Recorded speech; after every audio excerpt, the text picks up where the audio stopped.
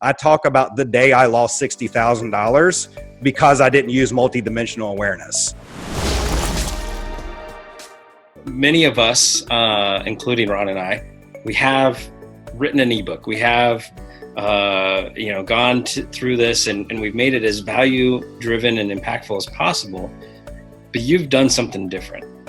And the support, which you already mentioned, but the interaction piece, which again goes to the Mentor Hub, goes to the, do something and don't do it statically, right? Like, talk us a little bit about like what got you to write an ebook that way and make it such a different impact than so many others.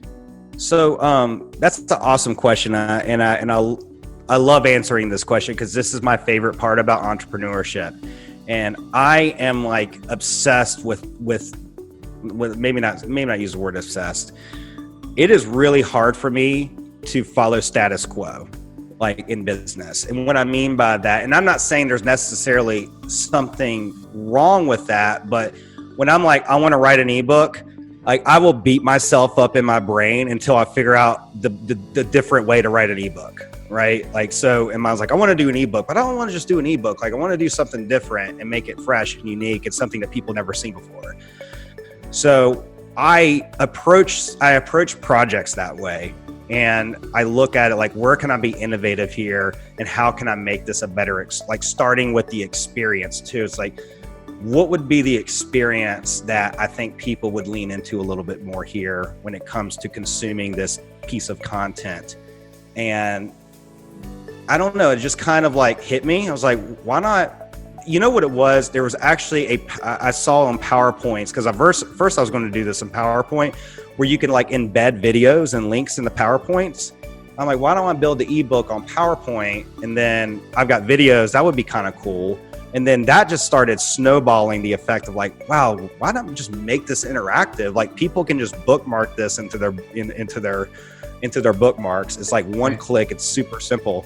And it's easy to consume. There's no like logging into a members area and finding the thing and then going into the video. Like, it's like I'm reducing as many steps as possible for you to get to the answer, where it's like, it's literally one page with like text and graphics just to give you understanding of framework.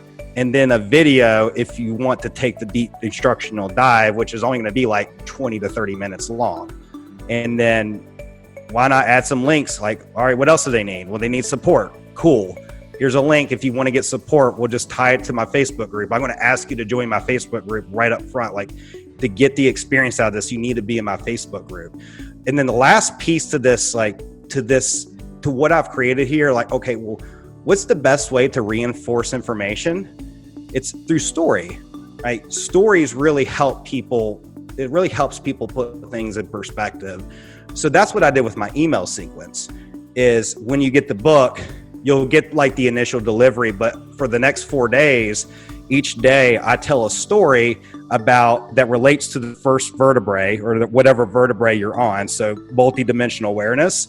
I talk about the day I lost $60,000 because I didn't use multidimensional awareness. And like, had I had done that, I would have saved myself 60 grand.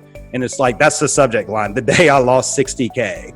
And it's like, I'm going to tell you the story about what, like, not using this methodology in my business decision, how that cost me 60 grand. And that story, if you read through it, that should start triggering and reinforcing the actual principles here that I'm talking about.